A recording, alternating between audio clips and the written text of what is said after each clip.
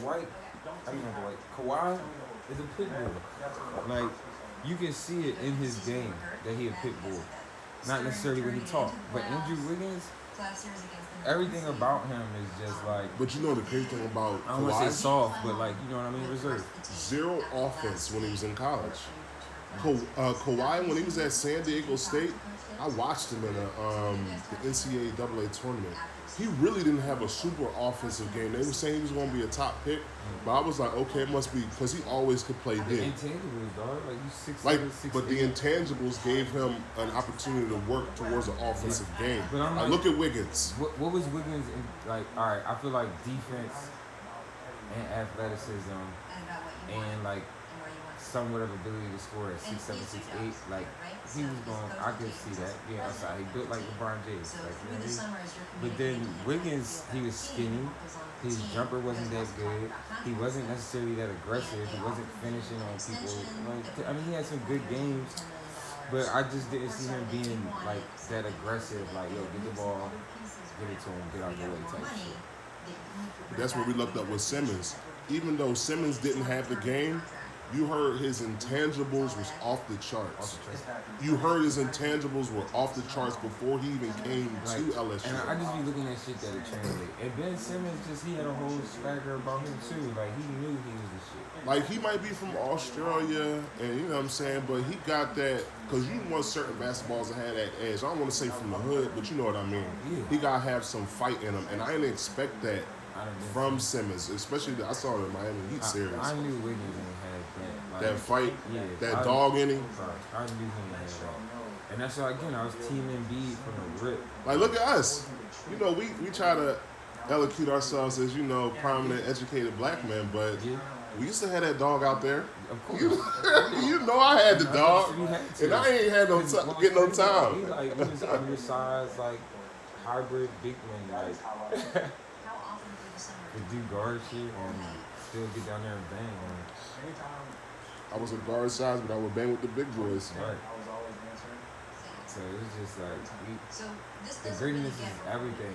And that's what I be looking at, like, seeing what shit can translate and are you tough enough to do. Like, when But that's crazy. Out, I wanted Porzingis over Okafor. But some of the crazy things about that is you get the chance to see all these skills, but there's certain things that a GM got to see.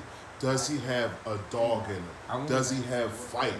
Will he keep persevering trying to get better? I heard one of Porzingis interviews, and I just, like, before he got drafted, and I was like, I want that man. Because he was just like, it was never, no foreign guy had ever talked like how he talked.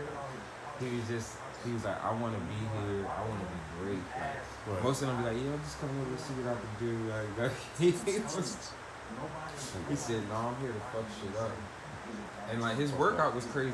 I watched his workout and Embiid's workout, and those are two joints where I was like, yo, it don't make no sense that they that big. And that moves. Yeah. And move. And honestly, I don't know how you can pass up on some shit after seeing that. Right. Like 7-footers shooting threes, putting the ball on the floor, and like running the floor. Like, I could easily see how that translates. Nobody else is doing those things. I hope Embiid had that year where he can come close to being an MVP and whatnot. You know what I mean? He will. I feel like what's crazy about it is he's so young and it experienced it a way where like he ain't really played a full season yet. Still ain't played a full season. Do you think the Sixers are trying to get out early, like appease Embiid and Simmons now, so offer them the contracts early to keep them here?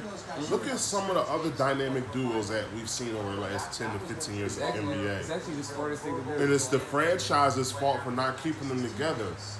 Like, Thunder, how do y'all lose Harden, KD, and Westbrook? But they have to look at themselves and say, why did we think we needed to sign Ibaka? That was the biggest decision for them. And they ended up getting rid of him. They kept Ibaka instead of Harden. I think that's what kept him from an early chip.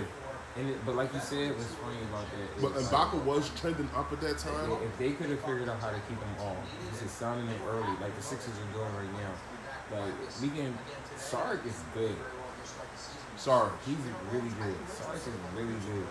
And like, people don't necessarily talk about him, but he's one of those players where he would go to a championship team and be able to be successful on that championship team for the rest of his life. Here. Like, our team really nasty, and then folks gonna be good. I can't wait to see him this year. I keep telling people, like, his game really just different, yo. Like, he look like he be playing on the playground, like he's just out there playing around. Alright. That shit look effortless. And you know what? Not to say show our strictest bias, because we are niggas from Philadelphia. But I'm a basketball guy, but I know Philadelphia gonna be good. What they've been saying from watching Simmons, even though he hasn't implemented the shot, he's doing what they wanted LeBron to do all these years. It looked like he's constantly, like in the post, running at the rim. Because if he do that, it's a couple times where like he'll get a small guard on him, and he legit just sit under the basket, catch that shit, and go up and dunk that song. He really, like, now if he get a jump shot.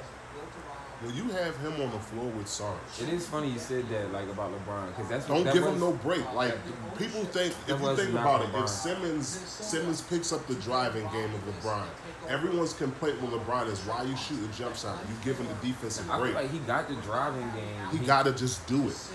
Just do it. He gotta shoot, yeah. You know what I mean? Drive on them niggas all game, because what that'll happen is, I think, if he start from the free throw line. I mean, I don't know if he can necessarily do that, man, because that was the issue in the playoffs, is that he was trying to drive all day. It wasn't giving them lanes to do that. They was guarding him, daring him to shoot it. Yeah.